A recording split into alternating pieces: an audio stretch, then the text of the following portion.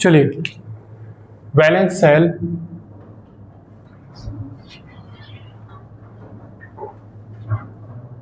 Cell electron pair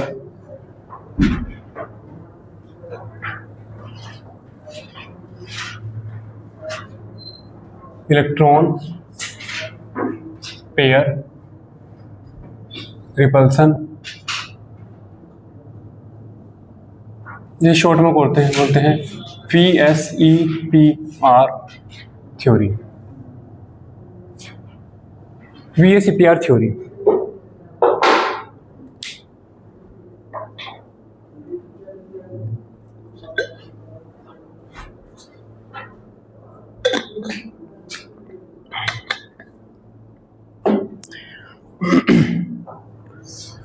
valence shell electron pair repulsion theory.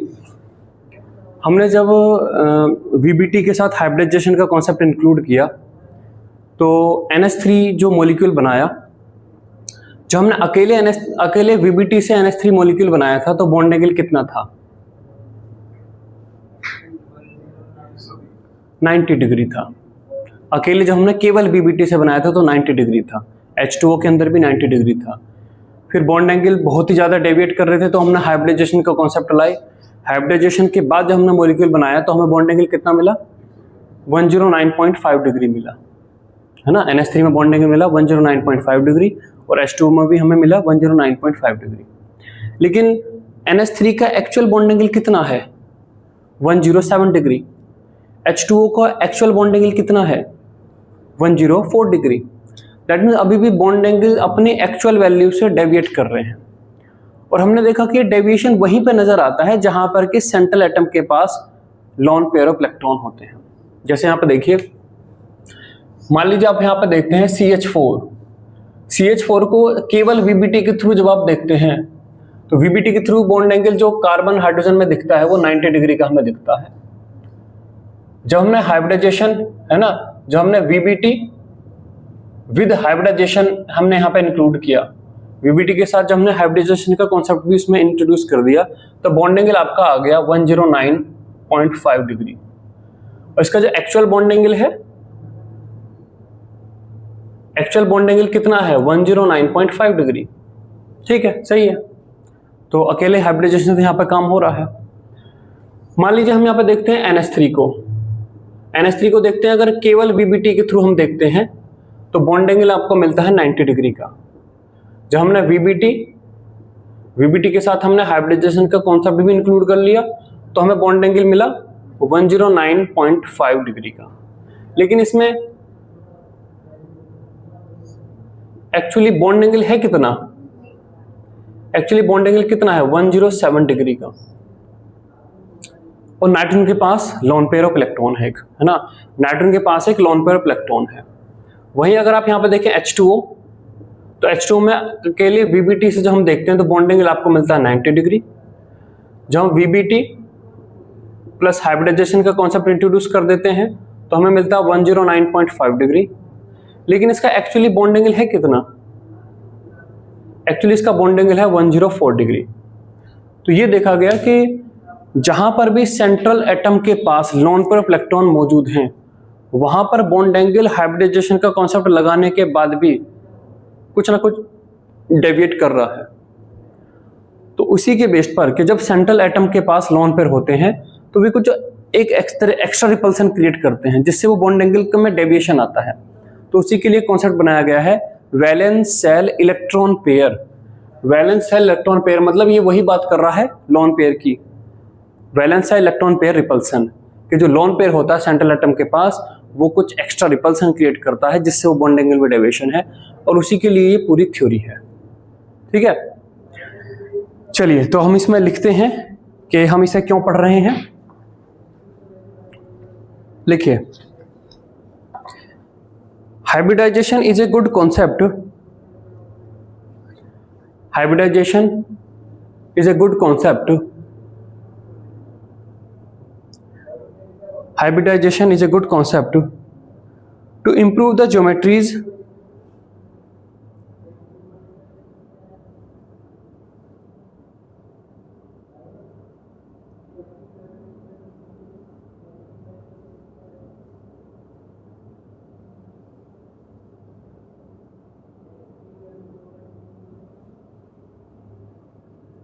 to improve the geometries and shapes of molecule and shapes of molecule and shapes of molecule along with VBT, along with VBT, along with VBT. But hybridization alone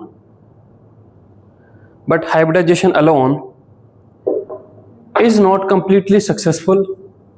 But hybridization alone is not completely successful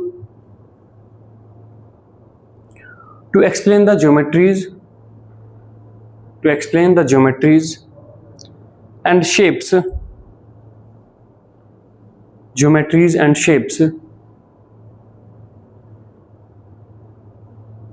of all molecules, of all molecules.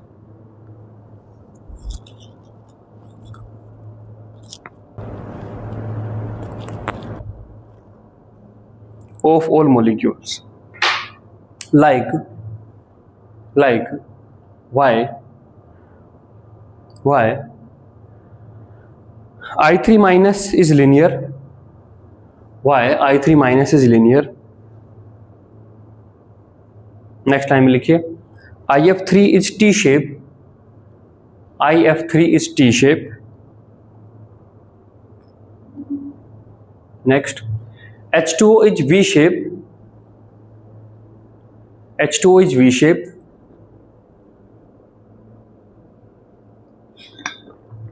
And have a bond angle of 104 degree, and have a bond angle of 104 degree. Next लिखिए. Next, why the bond angle in NH3 is 107 degree? Why the bond angle in NH3 is 107 degree? 107 degree. Next, XeOF4 is square pyramidal. XeOF4 is square pyramidal.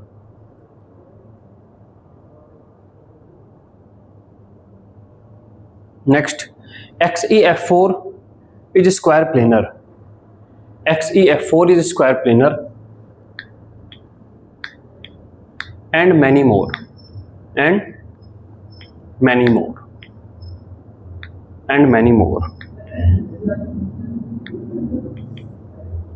ठीक है. तो ये सारी समस्याएं आ रही थी कि बॉन्ड एंगल हाइब्रिडाइजेशन के कॉन्सेप्ट के बाद भी हमें एग्जैक्ट नहीं मिल पा रहे थे, है ना. तो जब हाइब्रिडाइजेशन का कॉन्सेप्ट इंट्रोड्यूस किया गया उसके 3-4 साल बाद फिर VSEPR का कॉन्सेप्ट लाया गया कि जब ये लोन पेयर होते हैं ना, ये इनकी जब ये लोन पेयर आते हैं तब तक बॉन्ड एंगल आपका गड़बड़ाता है. अगर लोन पेयर नहीं है तो बॉन्ड एंगल आपका एग्जैक्ट उतना ही आ रहा है जितना कि होना चाहिए. तब यही देखा गया कि लोन पेयर कुछ एक्स्ट्रा एक तरीके से ज़्यादा रिपल्सन का वहाँ पर कुछ केस आता है जिससे कि बाकी बॉन्ड आपके कॉन्टैक्ट हो जाते हैं. तो लिखिए, VSEPR theory was developed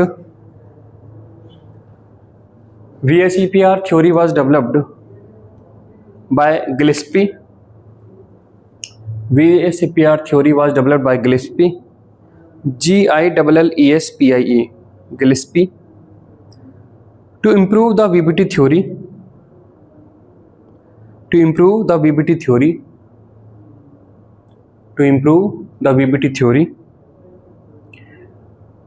to predict and explain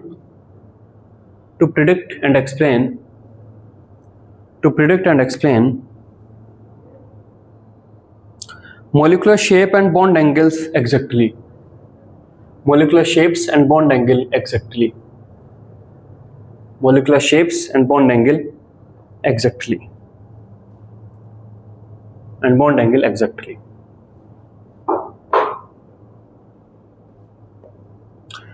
So लिखिए, summarize point of VSEPR are. Summarize points of VSEPR are. इसके कुछ पॉइंट्स हैं. Summarize points of VSEPR are.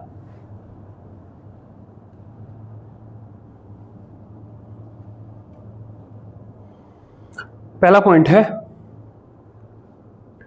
पहला पॉइंट है देखिए, मान लो सेंट्रल एटम है, उसके दोनों उसमें जो है दो बॉन्ड बने हैं, यहाँ पर एक एटम लगा, यहाँ पर एक एटम, ये दो बॉन्ड बने हैं। ये बॉन्ड किससे मिलके बने हैं? बॉन्ड्स को कौन बनाता है? इलेक्ट्रॉन्स, इलेक्ट्रॉन क्लाउड की ओवरलैपिंग है, ऑर्बिटल की ओवरलैपिंग से बॉन्ड बने हैं। तो यहाँ पर एक इलेक्ट्रॉन क्लाउड है, यहाँ पर एक इलेक्ट्रॉन क्लाउड है। इन दोनों इलेक्ट्रॉन क्लाउड के बीच में अट्रैक्शन होगा, रिपल्सन होगा, या कुछ नहीं होगा? रिपल्सन होगा। उसकी वजह से एक दूसरे से मैक्सिमम दूर रहना चाहते हैं। दैट मीन्स वहीं हम देखते हैं अगर ये दो ही हों तो एग्जैक्ट 180 डिग्री आ जाते हैं, अगर ये तीन होते हैं तो फिर ये 120 पे अलाइन हो जाते हैं। अब अगर यहाँ पर ये तीनों एग्जैक्ट बॉन्ड हैं, सेम टाइप के बॉन्ड हैं, सेम टाइप के सिंगल सिंगल बॉन्ड हैं, तो तीनों के बीच में जो रिपल्सन है वो एग्जैक्ट सेम रहेगा, रिपल्सन सेम रहेगा, तो तीनों एग्जैक्ट 120 डिग्री पे अलाइन हो जाएंगे। अब मान लीजिए कि यहाँ पर एक लोन पेयर आ जाता है, मान लीजिए ये लोन पेयर है।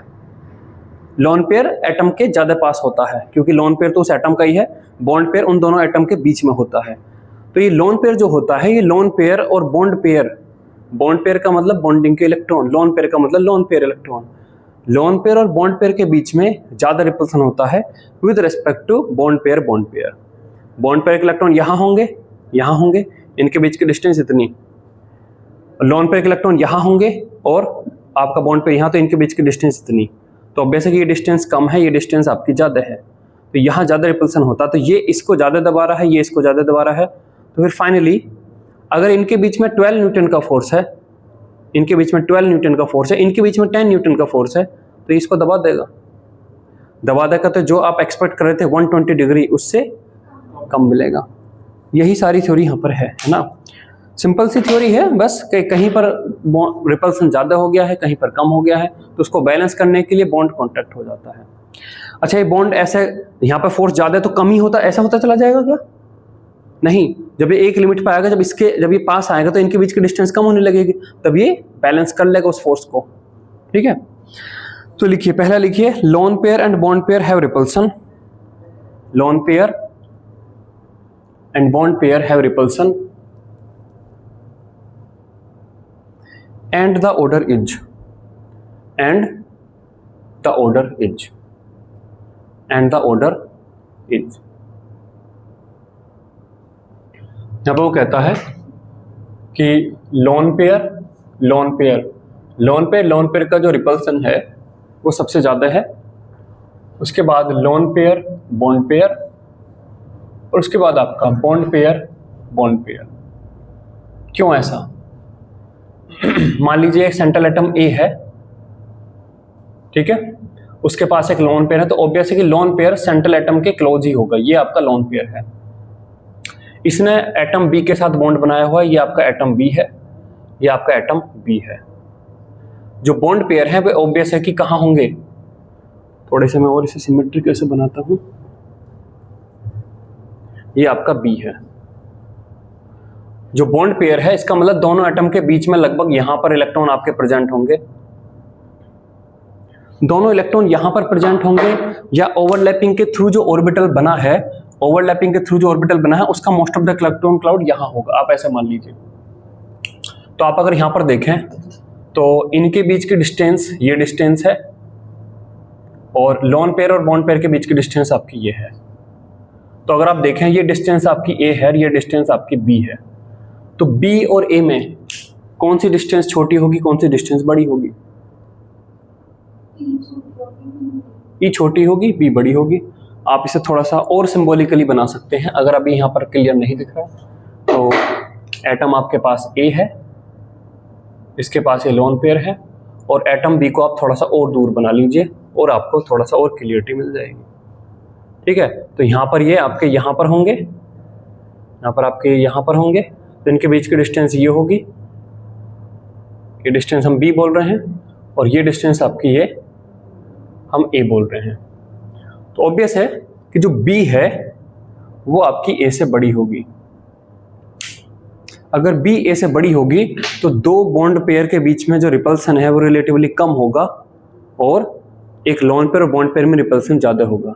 वहीं पर अगर मैं एक लोन पेयर और बना देता हूं, मान लो यहाँ पर, तो उनके बीच की डिस्टेंस और कम होगी, तो लोन पेयर का रिपल्सन और भी ज्यादा होगा।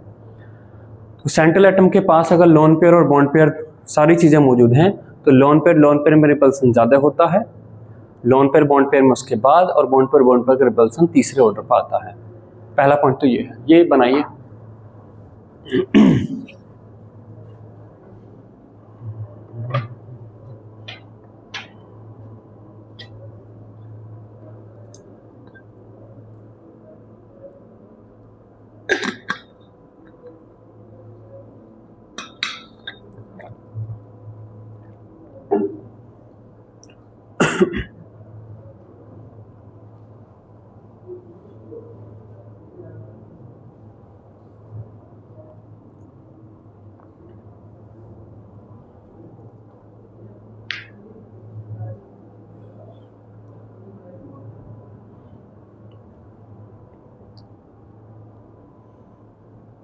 ठीक है, नेक्स्ट पॉइंट इसमें, सेंट्रल एटम के पास लोन पेयर भी होगा और सेंट्रल एटम के पास डबल बॉन्ड भी हो सकता है।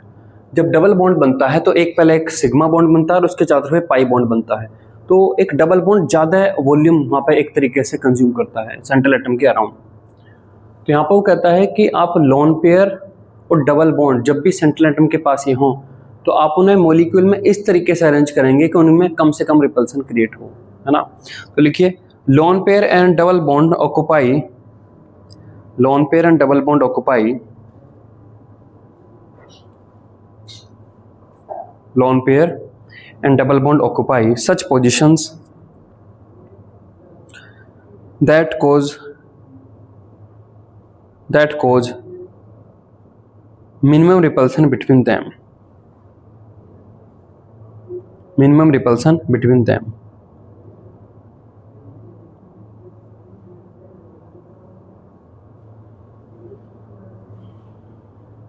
minimum repulsion between them।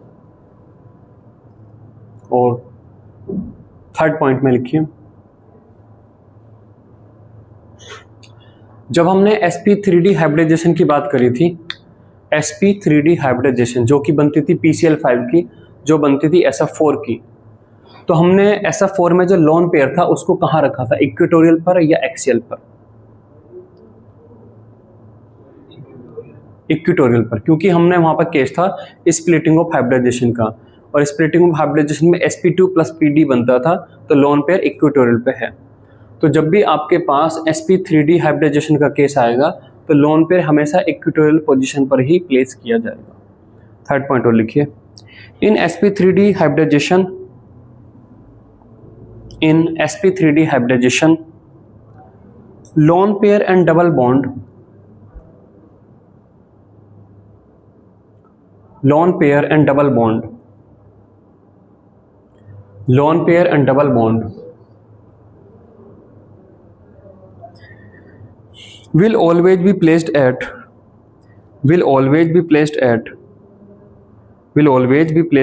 equatorial position, will always be placed at equatorial position, placed at equatorial position। ठीक है, तो अब यहाँ पर देखिए,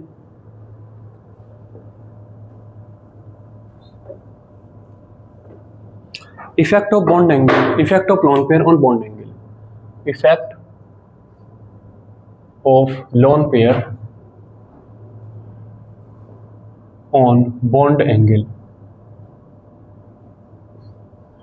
यहां पर देखिए, मान लो 3 फोर्स काम कर रहे हैं, इस तरीके से है, और 3 फोर्स आपके यहां पर कोई बीच में M है, बीच में मान लो यहाँ पर M है, यहाँ पर A और A लगे हुए हैं। इन तीन के बीच में आपका 10 न्यूटन का रिपल्सन फोर्स है, इनके बीच में भी क्या है, 10 न्यूटन का रिपल्सन फोर्स है, इनके बीच में भी क्या है, 10 न्यूटन का रिपल्सन फोर्स है, ये लगा हुआ है। तो AMA के बीच का बॉन्ड एंगल क्या आएगा आपका, एग्जैक्ट 120 डिग्री पर ये स्टेबल हो जाएगा। ठीक है, वहीं यहाँ पर देखिए M है, यहाँ पर आपका ये A जुड़ा हुआ है, यहाँ पर आपका ये A जुड़ा हुआ है, और यहाँ पर आपके पास ये लोन पेयर हम बना रहे हैं। अब यहाँ पर इन दोनों के बीच में मान लो 10 न्यूटन का रिपल्सन फोर्स है, लेकिन इन दोनों के बीच में क्या हो गया है, इन दोनों के बीच में 12 न्यूटन का रिपल्सन फोर्स है, इनके बीच में भी 12 न्यूटन का रिपल्सन फोर्स है। तो क्या होगा, ये जो रिपल्सन फोर्स है 12 न्यूटन की, ये इसको दबाएंगे, इसको दबाएंगे, और दबाने के बाद ये फाइनली, अब ऐसा तो है नहीं कि दबाने के बाद ये इसको फाइनली ऐसे मिला देंगे, ऐसे जैसे ही यहाँ पे है, जैसे ही थोड़ा सा एंगल कम होगा तो इनके बीच का रिपल्सन भी 12 न्यूटन के बराबर लाई करने लगेगा, है ना।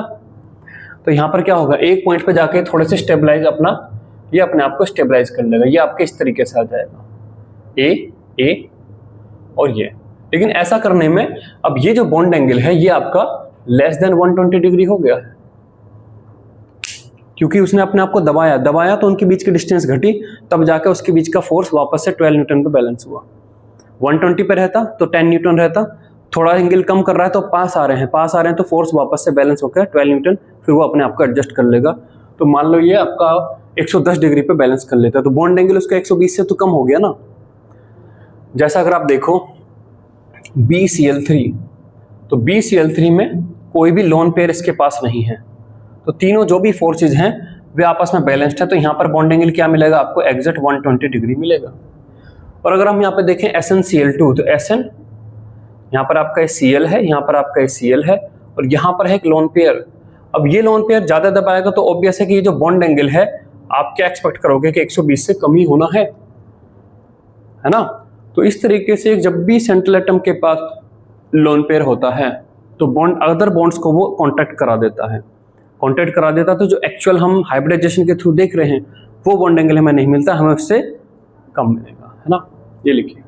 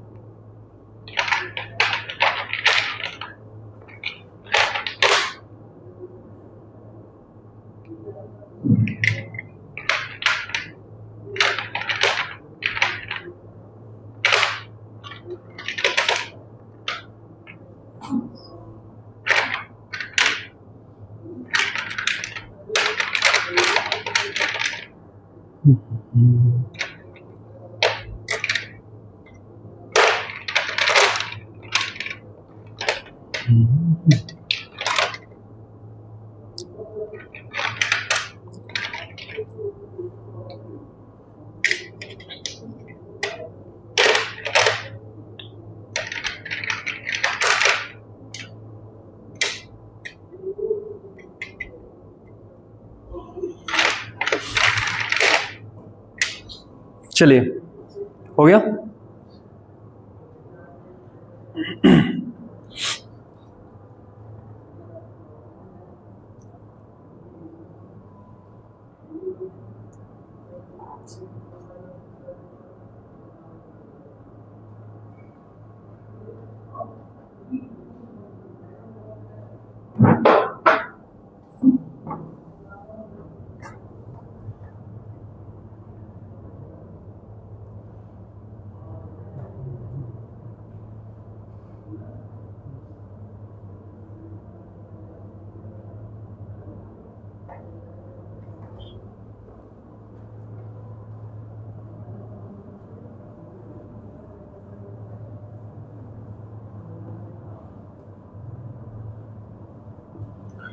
चलिए तो अब एक टेबल बनाएंगे, वो कॉपी को ऐसे नहीं ऐसे करके बनाएंगे, ऐसा, ठीक है।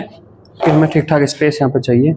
बॉन्ड पेयर, लोन पेयर, तो यहाँ पर bond pair, lone pair, bond pair plus lone pair, hybridization, orbital geometry,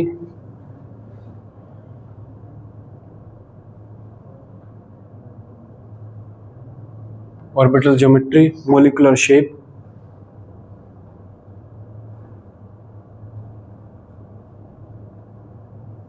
molecular shape, bond angle और एग्जाम्पल। ठीक है, देखिए दो चीजें हमने यहाँ पे लिखी हैं, ऑर्बिटल ज्योमेट्री और मोलिकुलर शेप। ऑर्बिटल ज्योमेट्री अलग चीज है, मोलिकुलर शेप अलग चीज है, और बॉन्ड एंगल्स एक अलग जानकारी देते हैं। H2O के अंदर क्या हाइब्रिडाइजेशन है? sp3। H2O में जो चारों ऑर्बिटल हैं, sp3 है तो ऑब्वियसली चार ऑर्बिटल हैं, किस तरीके से अरेंज हुए हैं चारों ऑर्बिटल? चारों ऑर्बिटल की पोजीशनिंग क्या है? हैं? नहीं, शेप पूछ रहा हूं मैं, ऑर्बिटल ने क्या शेप एक्वायर की है? टेट्राहेड्रल। तो H2O के अंदर जो ऑर्बिटल हैं उन्होंने टेट्राहेड्रल शेप एक्वायर की है, और H2O की शेप क्या है? वी शेप या बैंड शेप? वी शेप या बैंड शेप है ना। तो H2O के अंदर ऑर्बिटल्स ने तो एक्वायर की है टेट्राहेड्रल शेप, तो वो तो है ऑर्बिटल की ज्योमेट्री के, ऑर्बिटल ने अपने आप को टेट्राहेड्रली अरेंज किया है। लेकिन मॉलिक्यूलर शेप बनती है कि मॉलिक्यूल में एटम वे हैं, वे कहाँ पे दिख रहे हैं? जब आप इलेक्ट्रॉन माइक्रोस्कोप से देखो तो आपको ऑर्बिटल वगैरह नहीं दिखेंगे, आपको एटम दिखाई पड़ेंगे। H2O को अगर आप देखते हो तो H2O में आपको एक ऑक्सीजन एटम और बराबर में दो छोटे छोटे ऑक्सीजन एटम ये दिखाई पड़ेंगे, ये है मॉलिक्यूलर शेप। मॉलिक्यूलर शेप तो आपको वी या बैंड शेप दिखाई पड़ेगी, लेकिन H2O के अंदर ऑर्बिटल्स ने क्या शेप एक्वायर की थी? वो थी आपकी टेट्राहेड्रल। तो ऑर्बिटल की ज्योमेट्री अलग चीज है और मॉलिक्यूल की शेप अलग अलग चीजें हैं। ठीक है, चलिए तो यहां पर हम शुरू करते हैं sp हाइब्रिडाइजेशन से, है ना। आपके पास है दो बॉन्ड पेयर, लोन पेयर आपके पास 0 है, तो bond pair plus lone pair कितने हो गए? 2। क्या हाइब्रिडाइजेशन आ जाएगी?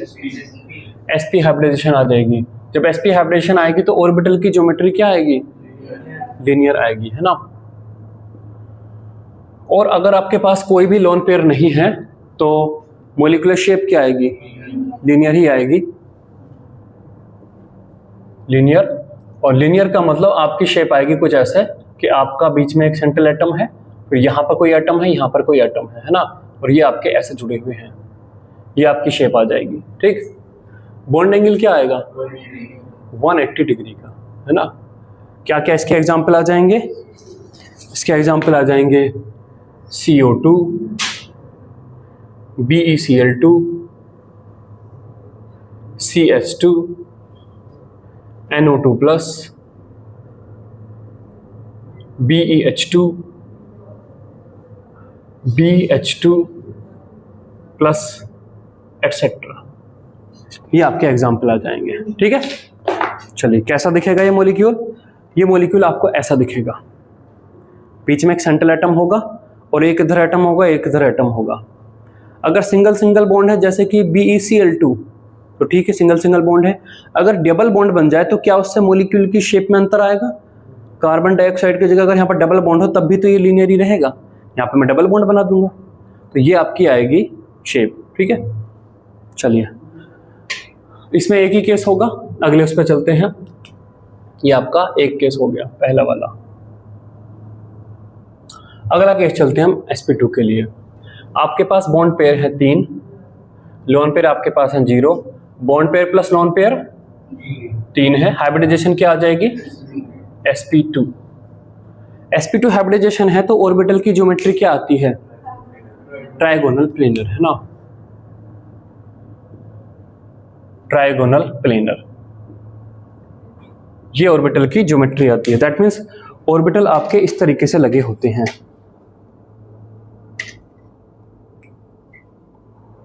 दैट मीन्स आपके ऑर्बिटल सेंट्रल एटम है, ये ऐसा लगे हुए होते हैं। ठीक है, ये ऑर्बिटल लगे हुए हैं अभी। अब यहां पर अगर कोई लोन पेयर नहीं है तो जहां पर ऑर्बिटल है वहीं पर आकर एटम अटैच हो जाएंगे। एटम अटैच कर देता हूं मैं, यहां पर आकर एक एटम अटैच हो गया, यहाँ पर आकर एक एटम अटैच हो गया और यहाँ पर आकर एक एटम अटैच हो गया। ये आपकी स्ट्रक्चर बन गई। ये अगर देखें तो पूरी स्ट्रक्चर ये प्लेनर है, तो मॉलिक्यूल की शेप क्या आएगी? Trigonal planar. मॉलिक्यूल की शेप भी आपकी आएगी ट्राइगोनल प्लेनर, ट्राइगोनल प्लेनर। कैसे रहती है ट्राइगोनल प्लेनर? बीच में आपका एक एटम होगा, फिर आपका एक एटम इधर होगा, एक एटम आपका इधर होगा, और एक एटम आपका इधर होगा। ठीक है, बताइए इसमें बॉन्ड एंगल कितना होगा? 120 डिग्री एग्जैक्ट। इसमें कहीं पर भी कोई भी बॉन्ड एंगल आप नापेंगे तो 120 डिग्री का मिलेगा। तो आपका बॉन्ड एंगल मिलेगा 120 डिग्री। क्या क्या इसके एग्जाम्पल हो जाएंगे? एग्जाम्पल में लिख देता हूं, BF3, BF3, BCl3, BBr3, BI3, NO3 minus, NO3 minus, GaI3, SO3, CO3, 2 minus, Al, Cl3 etcetera. ठीक है, ये सब हो जाएंगे। अगले उस पर चलते हैं।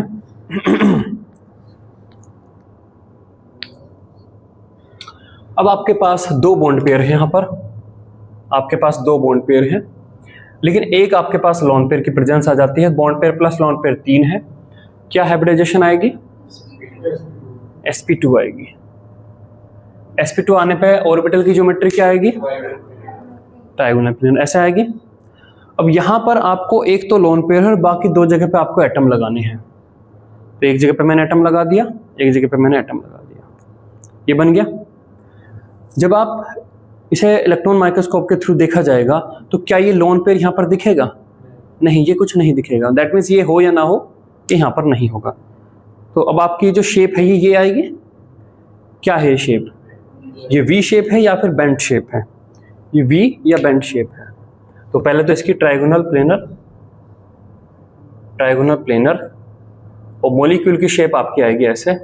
ये आपका ये होगा और एक एटम आपका ये ऐसा होगा और एक एटम आपका ये ऐसा होगा। तो वी है ना, इसको मैं पहले ये नाम लिख देता हूँ, वी और बेंट शेप, वी और बेंट शेप होगी और ये शेप आपकी ऐसे दिखेगी। ठीक है, चलिए बॉन्ड एंगल की बात करते हैं। यहाँ पर ये लोन पे लगा हुआ है। ये लोन पे लगा हुआ होगा तो क्या आप गारंटी दे पाएंगे कब ये 120 डिग्री होगा? कितना होगा? ये लोन पे इसको दबाएगा ऐसे। दैट मीन्स आप बॉन्ड एंगल की कोई वैल्यू बता सकते हैं? नहीं, बॉन्ड एंगल की जानकारी अभी हम इसमें नहीं दे सकते। डिपेंडिंग कि यहाँ पे फ्लोरीन लगा है तो अलग बॉन्ड एंगल हो सकता है, क्लोरीन लगा तो अलग हो सकता है। बॉन्ड एंगल आपका अलग अलग हो सकता है, 120 से वेरी कर सकता है। तो बॉन्ड एंगल की जानकारी हम यहाँ पर नहीं दे सकते क्योंकि बॉन्ड एंगल में हम सर्टेन नहीं है। अलग अलग मॉलिक्यूल पे वो अलग अलग हो जाएगा। क्या क्या एग्जाम्पल इसके आ जाएंगे? SO2, NO2 minus, SnCl2 etcetera, ये यहां पर आ जाएंगे। ठीक है, लिखिए अब इसको।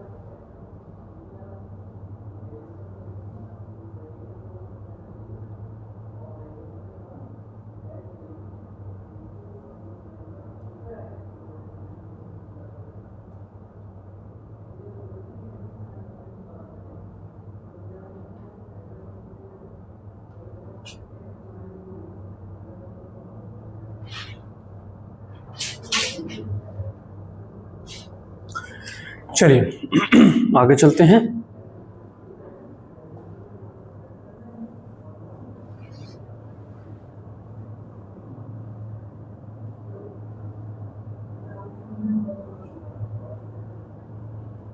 अगली हाइब्रिडाइजेशन की तरफ। अब हमारा है बॉन्ड पेयर, हमारे पास है 4, लोन पेयर आपके पास है 0, bond pair plus lone pair हो गए 4। क्या हाइब्रिडाइजेशन आएगी? sp3। जब sp3 हाइब्रिडाइजेशन होती है तो ऑर्बिटल की ज्योमेट्री क्या होती है? टेट्राहेड्रल। ये होती है टेट्राहेड्रल। टेट्राहेड्रल एक परफेक्ट सिमेट्रिक शेप है। दैट मीन्स आप इसको ना पकड़ के ऐसा कर दें तो भी ये यही बनेगी, तो भी ये यही बनेगी, तो भी ये यही बनेगी। ये आपकी होती है टेट्राहेड्रल। तो ऑर्बिटल इस तरीके से अरेंज होते हैं टेट्राहेड्रली। तो ऑर्बिटल की ज्योमेट्री आएगी tetrahedral. Tetrahedral molecular shape. That means यहाँ पर 4 बॉन्ड पेयर बनाने हैं, तो जहां पर भी ये ऑर्बिटल दिख रहे हैं वहां पर मैंने एक एक एटम लगा दिया है। ये एटम मैंने लगा दिए हैं। तो अब जो मॉलिक्यूल की शेप है वो क्या आ रही है? टेट्राहेड्रल ही है ना। तो मॉलिक्यूल की शेप आपकी है टेट्राहेड्रल।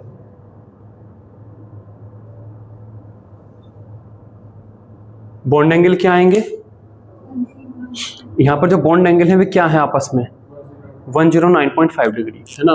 तो जो बॉन्ड एंगल है हम बता सकते हैं एग्जैक्ट 109.5 डिग्री है। क्या क्या इसके एग्जांपल आएंगे? CH4, CF4, CCl4, SO4 2- और आपका SiF4, XeO4 एटसेट्रा। ये यहाँ पर बॉन्ड एंगल्स होंगे। साथ साथ मत लिखिए, अभी कोई जरूरत नहीं है, जब टाइम मिलेगा तब लिख लेना, ठीक है। अगले पे चलते हैं। अब देखिए बॉन्ड पेयर आपके पास है, वो कहता है कि बॉन्ड पेयर अब आपके पास है 3 और एक लोन पेयर वहां पर आ गया। तो bond pair plus lone pair कितने हो जाएंगे? 4। क्या हाइब्रिडाइजेशन आएगी? sp3। ऑर्बिटल की ज्योमेट्री क्या आएगी? टेट्राहेड्रल। टेट्राहेड्रल आएगी, ठीक है। चलिए तो वापस से बनाते हैं हम उसको। तो आपके पास ये आपके पास ऑर्बिटल्स हैं। आपको अब 3 एटम केवल जोड़ने हैं। तो एक एटम मैंने यहाँ जोड़ लिया, एक एटम मैंने यहाँ जोड़ लिया और एक एटम मैंने यहाँ पर जोड़ लिया। जब हम इसको देखेंगे तो ये लोन पेयर तो दिखाई पड़ेगा नहीं, हमें तो ये दिखाई पड़ेगा कि एक एटम बीच में है और 3 एटम ऐसे लगे हुए हैं। तो अगर आप इसको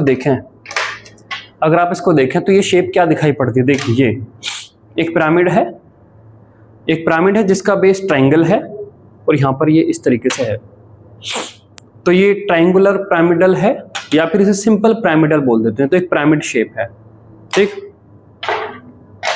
तो इसकी जो शेप है वो पिरामिडल है। पिरामिडल कैसे हम इसको बनाएंगे, यहां पर आपका एक एटम होगा और 3 एटम आपके इस तरीके से ये होंगे, है ना।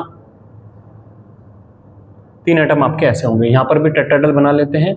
एक एटम आपका ऐसा होगा, एक बाकी एटम आपके ऐसे ऐसे ऐसे और ऐसा, ठीक है। ये टेट्राहेड्रल थी, ये आपकी पिरामिडल है।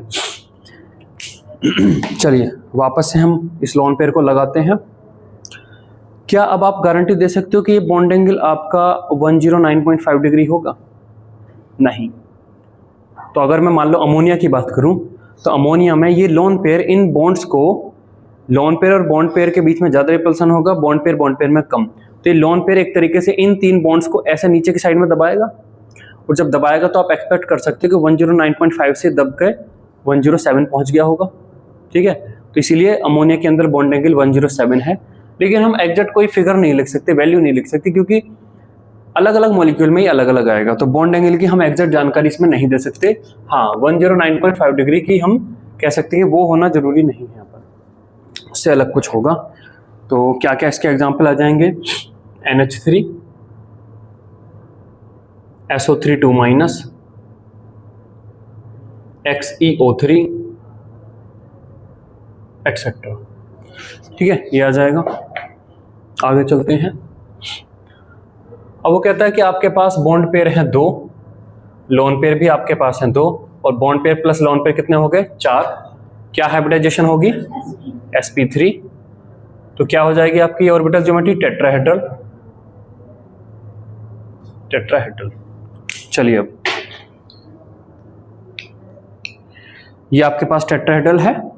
अब मुझे केवल 2 ही जगह पे बॉन्ड लगाने हैं, तो मैंने एक यहां लगा दिया, एक मैंने यहां लगा दिया, तो ये आपका बना।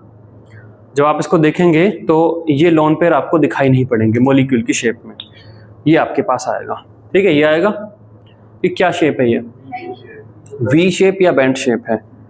तो आपके यहाँ पर वी और बेंट शेप आपके पास है, तो इसे हम ऐसे बना देते हैं। ये आपका ऐसे 2 एटम आपके ऐसे लगे हुए हैं, ठीक है। अब देखिए वापस से मैं लोन पेयर को पोजीशन कर देता हूं। जो H2O मॉलिक्यूल है वो यही है, सेम ऐसे ही बना हुआ है। यहां पर 2 लोन पेयर, तो लोन पेयर में आपस में रिपल्सन है, और लोन पेयर बॉन्ड पेयर में रिपल्सन है। तो ये दोनों लोन पेयर एक तरीके से इन दोनों बॉन्ड पेयर को दबा रहे होंगे, तो ये दबा रहे होंगे ऐसे, और जब ये दबा रहे होंगे तो आप एक्सपेक्ट कर सकते हो कि H2 के अंदर बॉन्ड एंगल अमोनिया से भी कम आना चाहिए, क्योंकि 2 लोन पेयर दबा रहे हैं। तो बॉन्ड एंगल आपका आ जाता है 104 डिग्री, 104 डिग्री आपका आ जाता है, ठीक है। लेकिन हम अलग अलग मॉलिक्यूल में अलग अलग आएगा, तो कोई यहाँ पर वैल्यू हम नहीं लिख सकते। एग्जाम्पल देख लेते हैं, क्या क्या एग्जाम्पल है इसके। H2O OF2, H2O OF2 OCl2, और आपका NH2 minus I3 plus etcetera, ठीक है। अब लिखिए,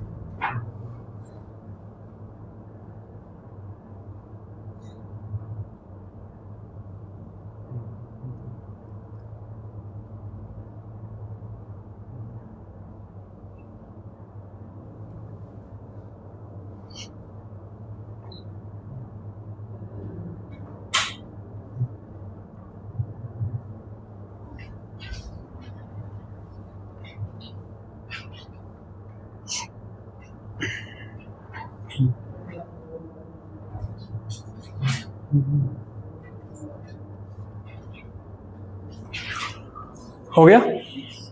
चलिए आगे चलते हैं।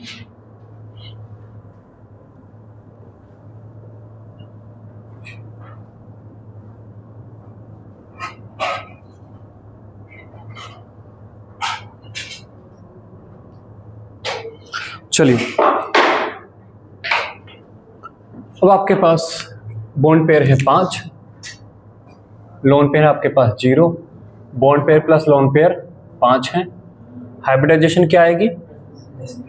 sp3d। ऑर्बिटल की क्या ज्योमेट्री आएगी? Trigonal bipyramidal.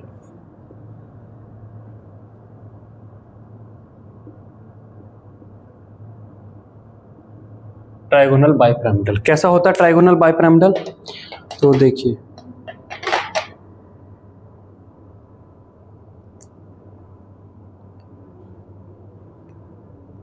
ये होता है ट्राइगोनल बाइपिरामिडल, है ना।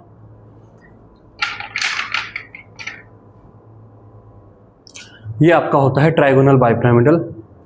इसमें ये एक तरीके से आप ये मानिए कि ये ट्राइगोनल प्लेनर है और उस ट्राइगोनल प्लेनर पे एक ऊपर लग गया है और एक ऐसे नीचे लग गया है। अब ये बन गया है ट्राइगोनल बाइपिरामिडल। तो एक पिरामिड ऐसे ऊपर बन जाएगा, एक पिरामिड नीचे, तो ये ट्राइगोनल बाइपिरामिडल है। अब यहाँ पर 5 बॉन्ड पेयर हैं, तो इन पांचों जगह पे मैं एटम लगा देता हूं।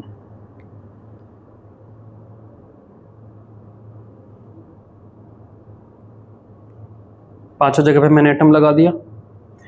तो पांचों जगह पे जब मैंने एटम लगा दिया है तो ये क्या शेप आ रही है? शेप वापस से वही है, ट्राइगोनल बाइपिरामिडल, है ना। तो शेप आपकी कैसी है? Trigonal bipyramidal. तो यहाँ पर बना लेते हैं शेप आपकी कैसे आएगी। ये आपका बीच में एक एटम है, एक आपका ये ऐसे है, एक आपका ये ऐसे है, एक आपका ये ऐसे है, ये तो 120 डिग्री पर है, और 2 आपके ऐसे हैं, है ना। ये आपकी ट्राइगोनल बाइपिरामिडल है। बॉन्ड एंगल्स की बात करें तो ये जो बॉन्ड एंगल होगा ये 90 डिग्री होगा, ये आपस में 120 डिग्री, और ये जो आमने सामने का है ये 180 डिग्री। तो आपका बॉन्ड एंगल 90 डिग्री, 120 डिग्री और 180 डिग्री के बॉन्ड एंगल होंगे। एग्जाम्पल्स लिख लेते हैं, क्या क्या एग्जाम्पल हो जाएंगे। PCl5, PF5, AsF5, SnCl5 minus, PCl2F3, PCl3F2, XeO3F2 etcetera. ठीक है, ये आपके एग्जाम्पल्स हो जाएंगे। अगले उस पे चलते हैं।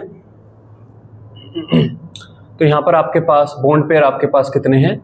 4 हैं। लोन पेयर आपके पास 1 हो गया है। अब bond pair plus lone pair 5, तो हाइब्रिडाइजेशन वापस वही sp3d, ये ट्राइगोनल बाइपिरामिडल, ट्राइगोनल बाइपिरामिडल, है ना। तो थोड़ी सी यहाँ पे स्पेस गड़बड़ हो सकता है, मैं इसे थोड़ा सा एडजस्ट करके बना देता हूँ।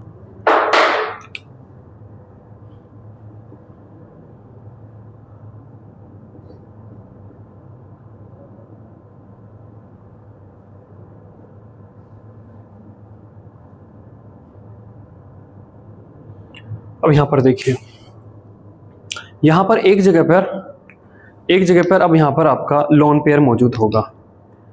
तो sp3d हाइब्रिडाइजेशन के अंदर लोन पेयर आप कहाँ लगाओगे? ये दोनों पोजीशन तो आपकी एक्सियल हैं और ये तीन आपकी इक्वेटोरियल, तो कहाँ पर प्लेस होगा? इक्वेटोरियल पर, क्योंकि जब हम देखते हैं sp3d के अंदर स्प्लिटिंग ऑफ हाइब्रिडाइजेशन का केस, तो उसमें जो ये तीनों sp2 और ये pd की तरह बिहेव करते हैं, तो हमेशा sp2 वाले में होता। तो यहाँ पर मैं एक जगह छोड़ दूँ, इन तीनों में से कोई सी भी एक जगह छोड़ दो, सब इक्वल है, और बाकी चार जगह पर आप एटम लगा देंगे, है ना। बाकी चार जगह पर हमने एटम लगा दिया है, ये लगा दिया। अब ये जो शेप है, ये क्या शेप है? ये तो आपको दिखाई पड़ेगा नहीं, है ना। ये शेप आपकी आएगी, तो क्या है शेप? ये सीसो।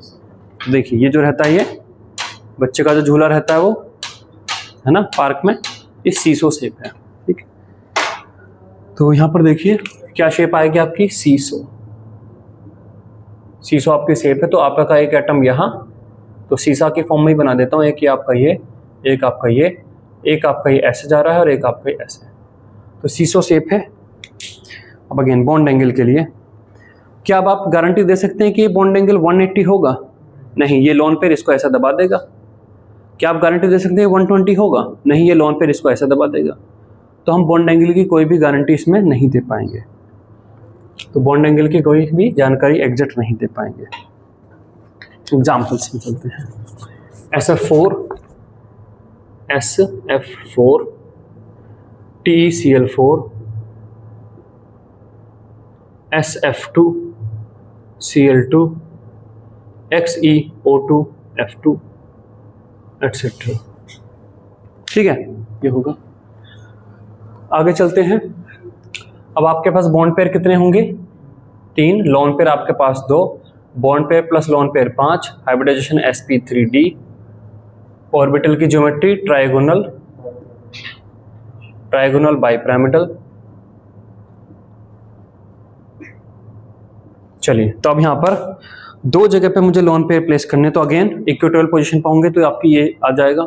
इक्वेटोरियल पे मैंने लोन पेयर बना दिए। अब ये तो आपको दिखेगा नहीं, तो ये आपका आ जाएगा। तो ये आपका क्या है? टी शेप आपका है, इंग्लिश लेटर टी शेप है ना। तो ये आपका कैसा आ जाएगा? ये टी शेप आपका है। तो आपका ये होगा, एक आपका इधर जा रहा है, एक आपका इधर और एक आपका ये, तो टी शेप। अगेन क्या आप इसमें बॉन्ड एंगल की जानकारी दे पाएंगे? नहीं दे पाएंगे, है ना, क्योंकि ये इसको कितना दबा रहे हैं, कितना एंगल है, नहीं पता है। तो क्या क्या एग्जांपल इसके आ जाएंगे? IF3,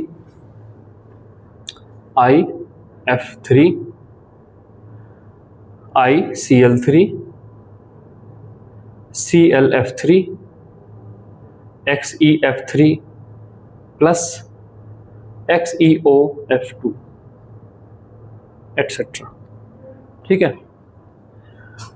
और अगला देखिए, इसमें आपके पास बॉन्ड पेयर हैं 2, लोन पेयर आपके पास है 3, bond pair plus lone pair 5 है, हाइब्रिडाइजेशन sp3d, ट्राइगोनल बाइपिरामिडल। ठीक है। अब यहां पर देखिए, तीसरा लोन पेयर भी मुझे रखना, तो वो भी मैं यहीं पर रखूंगा। तो अब ये तो दिखेगा नहीं, तो ये आपका आ जाएगा। तो ये क्या शेप है? ये आपके लीनियर शेप है ना। तो ये आपकी है लीनियर शेप है। तो यहाँ पे ऐसे, एक आपका ऐसे होगा और एक आपका ऐसे। ठीक है, ये आपकी शेप आएगी। ठीक। क्या अब आप इसमें बॉन्ड एंगल की जानकारी दे सकते हैं? बॉन्ड एंगल बता सकते हैं कितना होगा? देखिए, बॉन्ड एंगल बता पाएंगे इसमें? क्यों नहीं बता पाएंगे? ये तीनों लोन पेयर जितना इधर रिपेल करेंगे उतना इधर रिपेल करेंगे, दोनों बिल्कुल स्ट्रेट लाइन में रहेंगे। क्यों नहीं बता सकते? जितना इधर कर रहे होंगे रिपेल, उतना इधर कर रहे होंगे, ये दोनों एक दूसरे से 180 डिग्री पे लाइन होंगे, तो बॉन्ड एंगल 180 डिग्री होगा। 180 डिग्री का बॉन्ड एंगल होगा। क्या आ जाएंगे? I3 माइनस ICl2 माइनस और आपका XeF2 एटसेट्रा। ठीक है। अब लिखिए,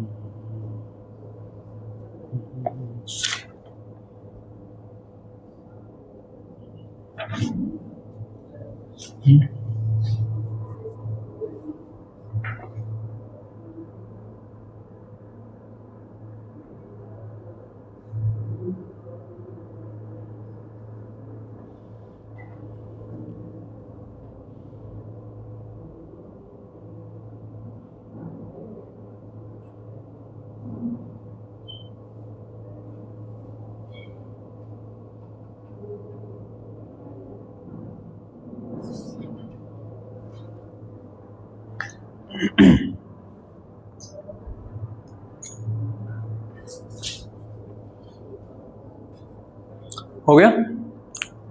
चलिए आगे चलते हैं।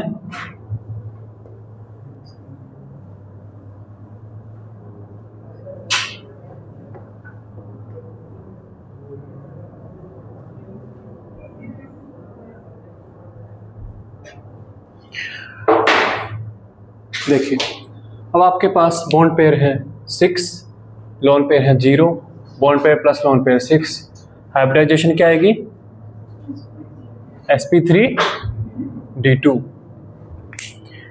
क्या मोलिकुलर ऑर्बिटल ज्योमेट्री क्या आएगी ऑक्टाहेड्रल। देखिए ये जो होता है इसे आप अगर जोड़ेंगे तो एक यहाँ पर आपका एक इस तरीके से एक पिरामिड है जिसका बेस स्क्वायर है, तो स्क्वायर बाई पिरामिडल या तो बनता है। जो स्क्वायर पिरामिड बनाते हैं तो यहाँ पर 8 फेस आते हैं, तो इसी को बोलते हैं ऑक्टाहेड्रल। तो स्क्वायर बाई पिरामिडल या ऑक्टाहेड्रल, ठीक। तो स्क्वायर बाई पिरामिडल या इसी का नाम है ऑक्टाहेड्रल, ये यहाँ पे शेप आती है, ठीक है। अगर आप इसे देखें तो ये इस तरीके से बनाई जाती है। ये यहाँ पर एक एटम है, यहाँ पर एक एटम है, यहाँ पर है, यहाँ पर है। एक एटम आपका ऐसे ऊपर है और एक एटम आपका ऐसे नीचे है। तो एक पिरामिड तो आपका ऐसे ऊपर बन गया, एक पिरामिड तो आपका ऊपर बन गया, और एक पिरामिड ऐसा ही आपका ये नीचे बन जाएगा, है ना। एक पिरामिड आपका ऐसे नीचे बन जाएगा। और अगर आप इस स्ट्रक्चर को देखें तो इसमें 8 फेस हैं, ठीक है, 8 फेस हैं। तो इसलिए इससे स्क्वायर बाइपिरामिडल या ऑक्टाहेड्रल बोल दिया जाता है। चलिए अब यहाँ पर मुझे लगाने हैं 6 एटम, तो मैं 6 एटम को ऐसे लगा देता हूँ।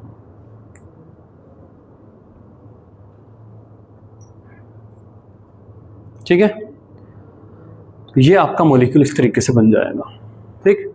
अच्छा, ये जो स्क्वायर बाइपिरामिडल जो शेप है वो एक मतलब एक परफेक्ट जो है शेप है, मतलब जो है चारों तरफ से आइडेंटिकल शेप है या नॉन आइडेंटिकल टाइप की शेप। आइडेंटिकल देखिए ऐसा है, अगर मैं इसे ऐसे कर दूँ तो वापस ऐसे बन जाएगा, ऐसे कर दूँ ऐसे कर दूँ, ऐसे कर दूं, ये एक परफेक्ट आइडेंटिकल शेप है, जैसे टेट्राहेड्रल होता है, किधर भी घुमा लीजिए आपको सेम ही दिखाई पड़ेगा। इससे पहले जो बनाया था ट्राइगोनल बाइपिरामिडल, वो आइडेंटिकल नहीं था, उसे आप ऐसे घुमाते तो वो अलग दिखने लगता। इसे आप कैसे भी घुमा लीजिए, ये आपका एक सिमेट्रिक शेप है ना, चारों तरफ से सिमेट्रिक ही है।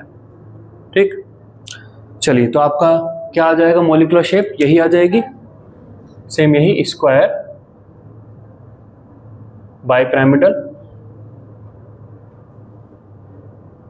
या ऑक्टाहेड्रल। ऑक्टाहेड्रल सेम इसमें यही एक सेंटर पर एक एटम होगा और 4 एटम आपके ऐसे होंगे और 2 एटम ऐसे आपके ऊपर होंगे, ये इसकी शेप आएगी। बॉन्ड एंगल कितने होंगे यहाँ पर, देखिए जो ये बॉन्ड एंगल है ये 90 होगा, ये भी 90 होगा और ये आपस में 180 होगा, तो 90 डिग्री एंड 180 डिग्री, तो 90 डिग्री और 180 डिग्री के बॉन्ड एंगल यहाँ पर आपको नजर आएंगे। एग्जाम्पल्स देख लेते हैं। एग्जाम्पल्स आपका आएगा SF6 XeO6 4- PF6 SEF6 BRF6 plus XeO2 F4 etcetera, ये यहां पर आ जाएंगे। ठीक है, अब अगला देखिए, यहां पर आपके पास बॉन्ड पेयर होंगे 5, लोन पेयर आपके पास होगा 1, bond pair plus lone pair 6, ये आपका sp3d2, अगेन आपका यही स्क्वायर बाइपिरामिडल या इसी को बोलते हैं ऑक्टाहेड्रल, ये आपका होगा। चलिए तो ये जो 6 पोजीशन है, इन 6 पोजीशन में से किसी एक पोजीशन पर हमें लोन पेयर को प्लेस करना है, तो 6 पोजीशन में से कौन सी लूं, ये वाली लूं या ये वाली लूं, इक्वेटर वाली लूं या एक्सेल लूं, कोई सी भी, क्योंकि इसमें इक्वेटोरियल या एक्सेल टाइप से कुछ नहीं है। अगर आप बोलते हैं कि ये चारों इक्वेटोरियल हैं तो मैं इसे ऐसे घुमा देता हूं, अब ये चारों इक्वेटोरियल हो गए, तो इसमें इक्वेटोरियल या एक्सेल नहीं बोला जाता क्योंकि ये एक सिमेट्रिक शेप है। तो 6 की 6 पोजीशन एग्जैक्ट सेम है, 6 में से आप कहीं से भी निकालिए, यहां से निकाल दिया, यहां से निकाल दिया।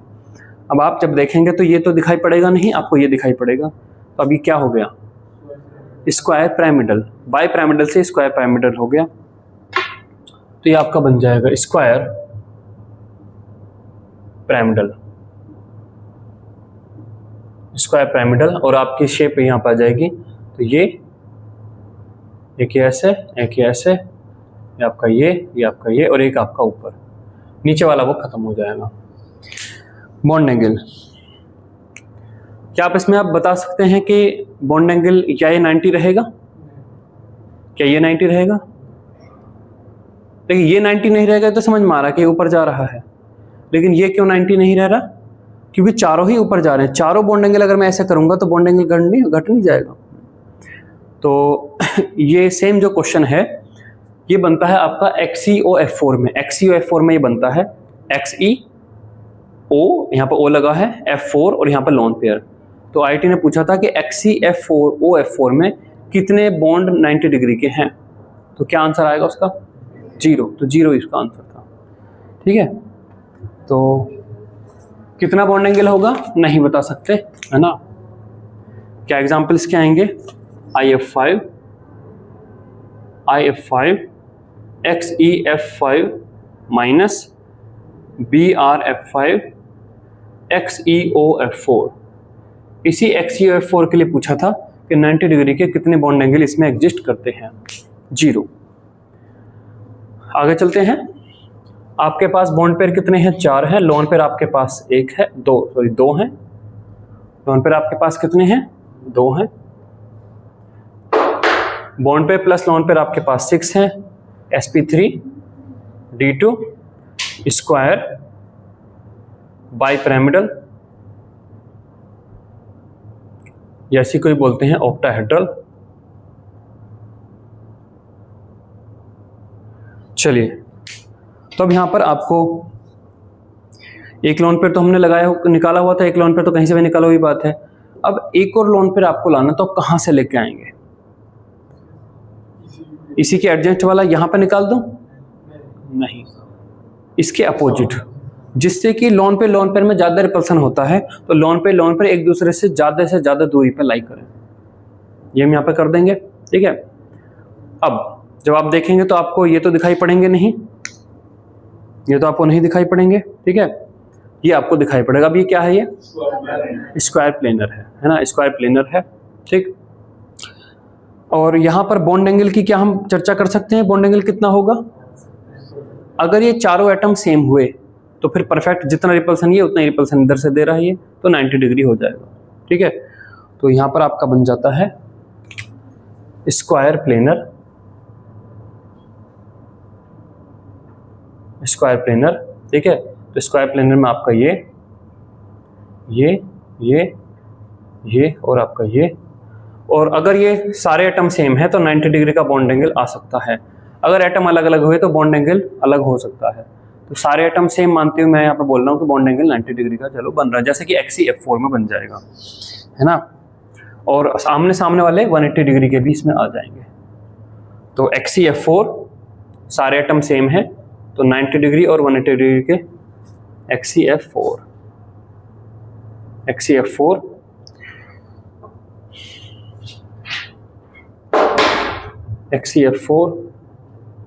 ICl4 माइनस BrF4 माइनस, ठीक है, बनाइए इसको।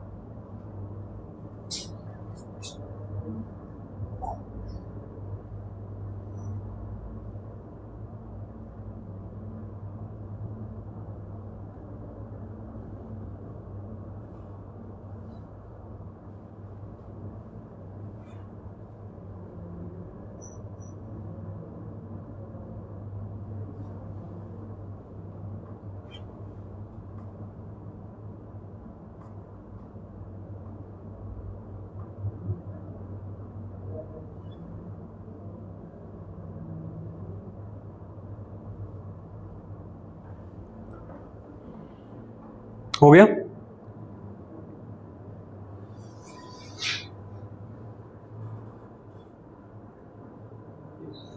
चलिए आगे देखते हैं।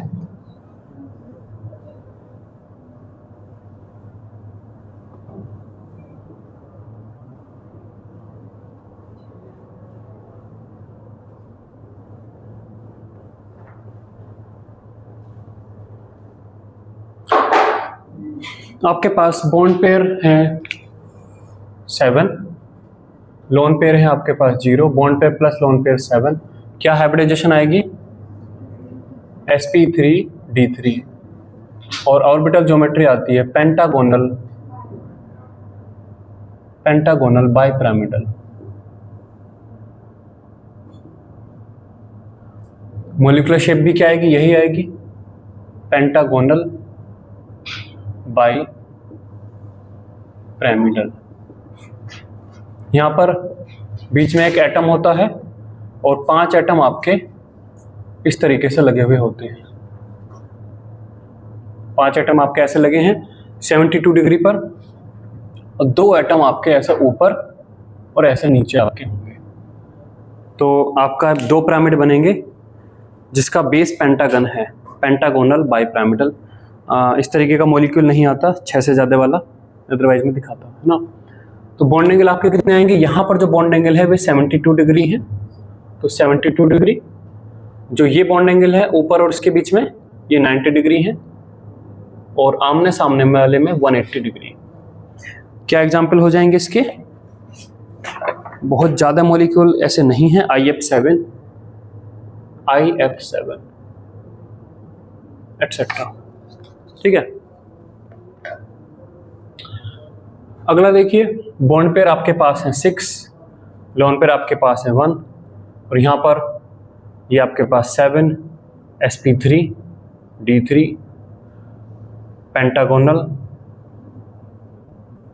Pentagonal bipyramidal.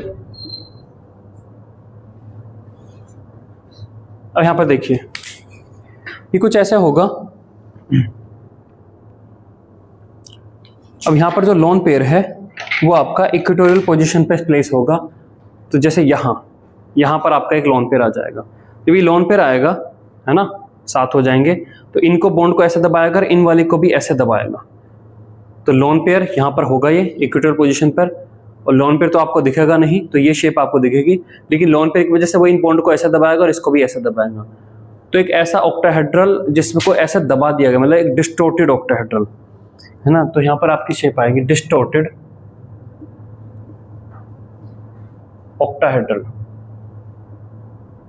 तो यहाँ पर देखिए ये आपके पास एक एटम होगा और ये जो बॉन्ड्स हैं इनको थोड़ा सा ऐसे दबा दिया है, तो ये कुछ इस तरीके से आपको नजर आएंगे, है ना,